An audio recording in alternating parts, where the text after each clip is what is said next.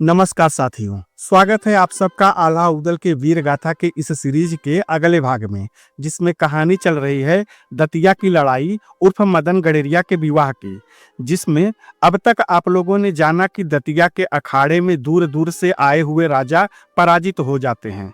इसके बाद दतिया के राजा वंश गोपाल ने सभी राजाओं का धन्यवाद अपनी तानों से किया। फिर मलखान और उदल के कहने पर मदन गडेरिया दतिया के अखाड़े में कल्लन और मल्लन का सामना करने के लिए आया। यहाँ तक की कहानी आपने पिछले भाग में जाना। अब कहानी में आगे बढ़ें उससे पहले आपसे वही पुराना रिक्वेस्ट कि अगर आप इस चैनल पर पहली बार आए हैं तो चैनल को सब्सक्राइब करें, वीडियो को लाइक करें और ज़्यादा से ज़्यादा शेयर करें। अब आते हैं कहानी पर। साथियों, मदन इस समय दतिया के विशाल अखाड़े में कल्लन और मल्लन जैसे नामी पहलवानों के सामने सीना ताने खड़ा था। भीड़ खचाखच भरी थी, ढोल थम चुके थे और अब सबकी निगाहें इसी मुकाबले पर टिकी थी। कल्लन ने मदन को ऊपर से नीचे तक देखा और उसके होठों पर व्यंग भरी मुस्कान तैर गई। उसने विचार किया कि यह मेरा क्या बिगाड़ लेगा। वह मन ही मन हंसा। उसे लगा यह कमजोर सा दिखने वाला ग्रामीण पहलवान उसके सामने टिक ही नहीं पाएगा। यह भ्रम लिए ही वह आगे बढ़ा और जैसे ही मदन के कंधे पर हाथ रखा, उसी क्षण मदन ने बिजली से फुर्ती दिखाते हुए लंगड़ी दाव लगा दिया, जिससे कल्लन का संतुलन बिगड़ा और अगले ही पल वह धड़ाम की जोरदार आवाज के साथ अखाड़े की मिट्टी चूम रहा था। इस अप्रत्याशित गिरावट ने कल्लन की आंखों में क्रोध की ज्वाला भड़का दी। उसे विश्वास ही नहीं हो रहा था कि जिसे वह तुच्छ समझ रहा था वही उसे पल भर में जमीन पर गिरा देगा।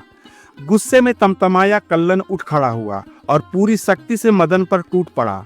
शरीर से मदन उतना भारी भरकम नहीं था, पर उसकी फुर्ती मानो दतिया की हवा और महोबा का पानी उसकी नसों में दौड़ रहा हो। वह कभी इधर से उधर तो कभी आगे से पीछे कल्लन को लगातार छकाता रहा और कुछ ही देर में दोनों पहलवान पसीनों से तरबतर हो गए।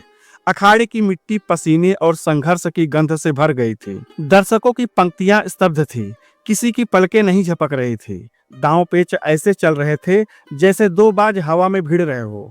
जिस मदन को कल्लन ने कमजोर समझा था, उसी मदन ने उसकी हालत खराब कर दी। कल्लन बार बार झपटता, पर मदन हर बार बच निकलता और पलटवार कर उसे वहीं रोक देता।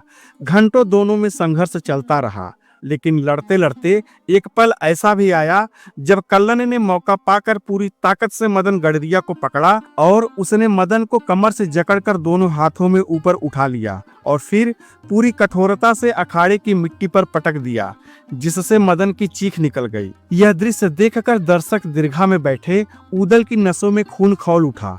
वह सिंह की तरह गरज पड़ा।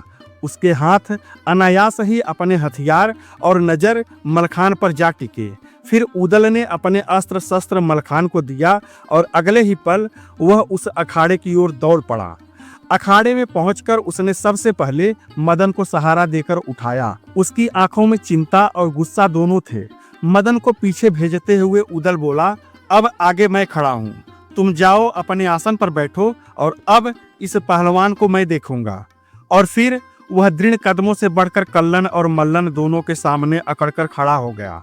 अखाड़े की हवा अब तक थम गई थी।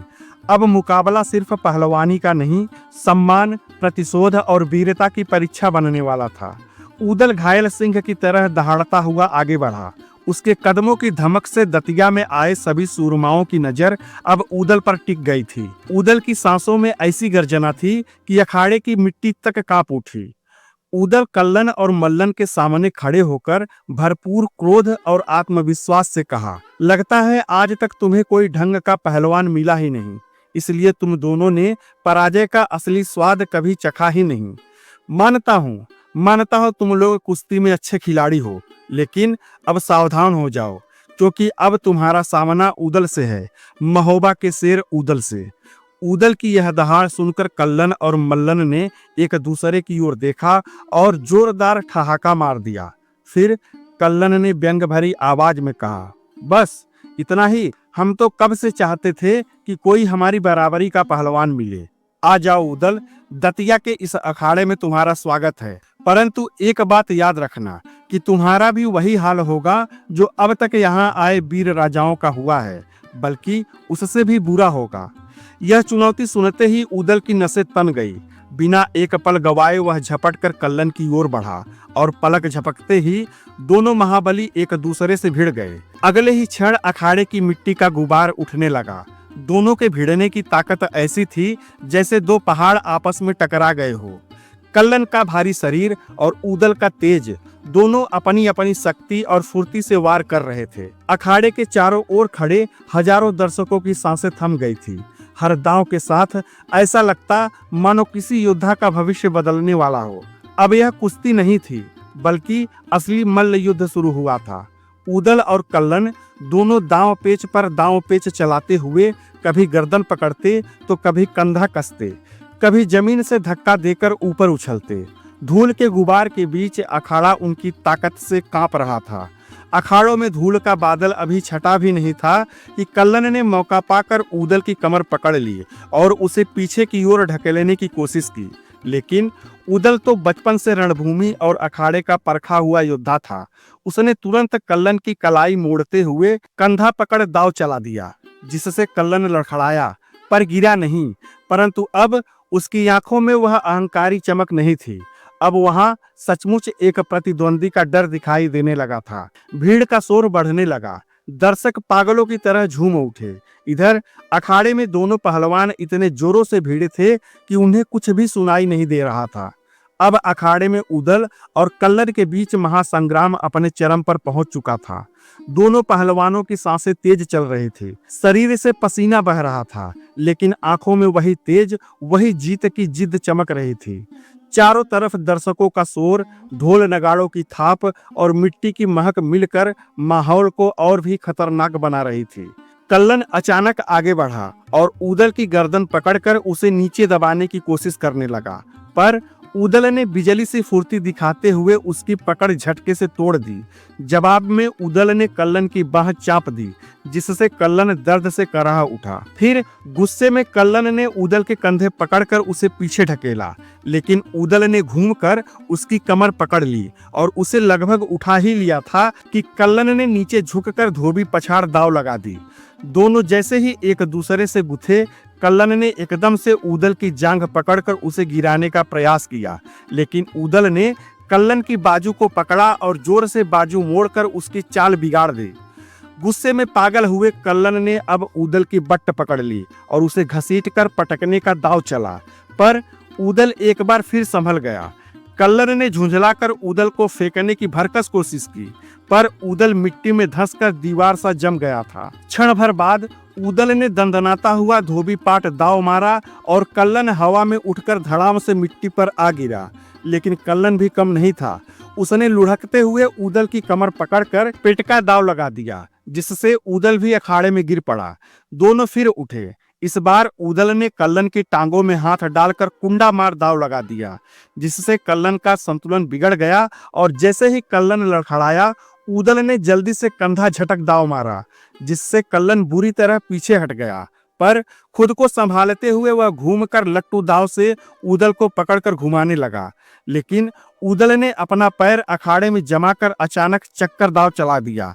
एक जोर का झटका दिया, जिससे कल्लन कुछ क्षणों के लिए हवा में तैरने सा लगा और फिर किसी तरह वह संभला और अब दोनों पहलवान धक्का मुक्की में भिड़ गए। अखाड़े की मिट्टी उड़ने लगी।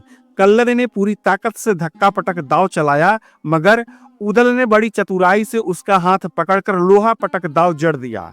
इस शानदार जबरदस्त मल्ल युद्ध को देखकर भीड़ भी वाह वाह कहकर चिल्ला उठी। इधर कल्लन उठने ही वाला था कि उदल ने तेज कदमों से आगे बढ़कर फुलझड़ी दाव लगाया। लगातार वारों की झड़ी से कल्लन पीछे हटता चला गया। फिर उदल ने हवा से झपट्टा मारा। यह दाव था चिल झपट्टा।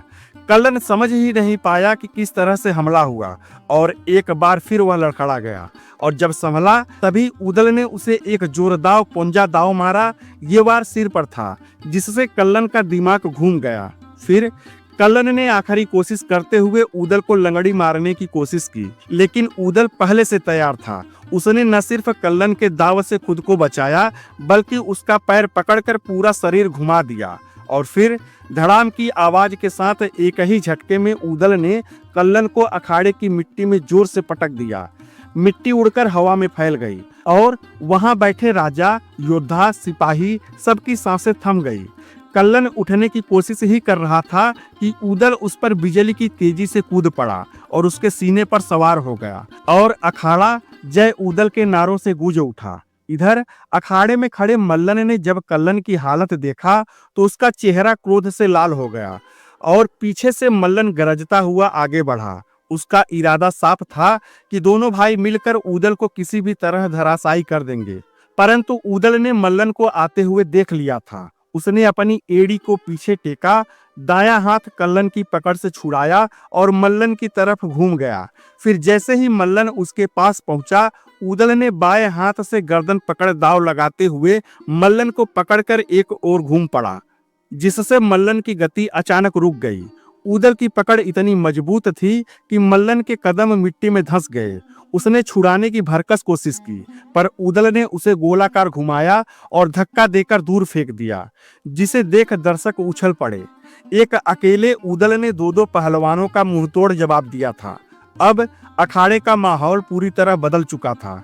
जहां पहले कल्लन और मल्लन जीत को लेकर आश्वस्त थे, उसी जगह अब उनके चेहरों पर घबराहट की लकीरें साफ दिखाई दे रही थी। ऊदल ने दोनों को देखते हुए गर्जना की, चलो अब बताओ कि दतिया की मिट्टी में कितना बल है।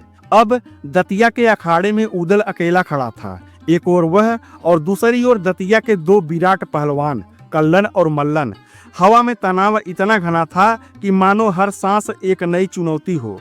कल्लन और मल्लन ने फिर एक दूसरे को देखा और बिना देर किए दोनों एक साथ ऊदल पर टूट पड़े। अब अखाड़े में दांव पेच की ऐसी झड़ी लगने वाली थी जिसकी गूंज आने वाले वर्षों तक गाई जाने वाली थी। कुश्ती एक बार फिर अपने चरम पर थी। ऊदल के पास उनके हर दाव का जवाब था। महोबा का सूरवीर ऊदल लंबे समय से दोनों का सामना कर रहा था। वह पहले कल्लन पर झपटता, फिर अचानक घूमकर मल्लन पर टूट पड़ता। उसका हर दांव हर वार सिंह की गर्जना जैसा तेज था, लेकिन आखिर शरीर की भी कुछ मर्यादाएं और सीमाएं होती हैं। अब ऊदल के माथे पर पसीने के साथ साथ थकान की हल्की रेखाएं उभरने लगी थी। फिर भी दतिया के दोनों पहाड़ जैसे पहलवान मिलकर भी उस एक योद्धा को धूल नहीं चटा पा रहे थे। उन्होंने कई बार एक साथ हमला किया, पर ऊदल हर बार उनकी पकड़ से छूट जाता और उन पर पलटवार कर देता।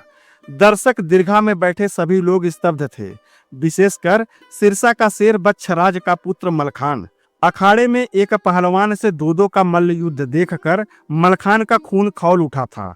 वह ऊदल की हालत देख रहा था। उसकी आंखों में गौरव भी था और चिंता भी।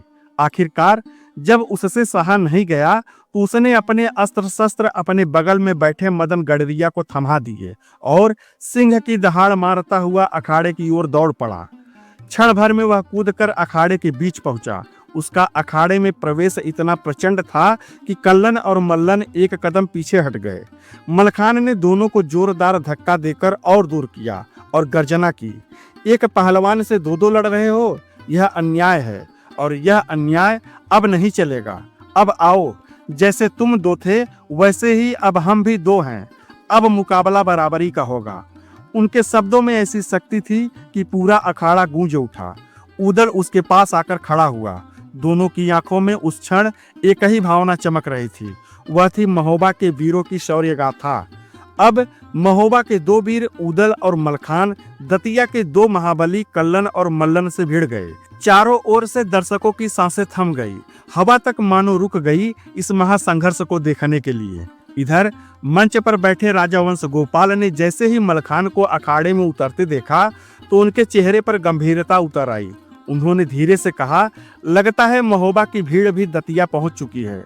अखाड़े की मिट्टी में अब वह जंग शुरू होने वाली थी जिसकी कथा आने वाले वर्षों तक दतिया और महोबा दोनों की धरती पर गाई जाएगी। साथियों, आपको क्या लगता है, क्या होगा इस मल्ल युद्ध का परिणाम? क्या मलखान और ऊदल कल्लन और मल्लन पर भारी पड़ेंगे या सभी राजाओं की तरह ये लोग भी पराजित हो जाएंगे? क्या मदन गडरिया का विवाह दतिया की राजकुमारी चंद्रकला से हो पाएगा? ऐसे ही तमाम सवालों के जवाब जानने के लिए हमारे चैनल हिंदीवादी ज्ञान को सब्सक्राइब करें, वीडियो को लाइक करें और ज़्यादा से ज़्यादा शेयर करें। पीछे की कहानी जानने के लिए प्लेलिस्ट अवश्य देखें। फिर मिलता हूं आपसे इस कहानी के अगले भाग में। तब तक के लिए धन्यवाद। जय हिंद।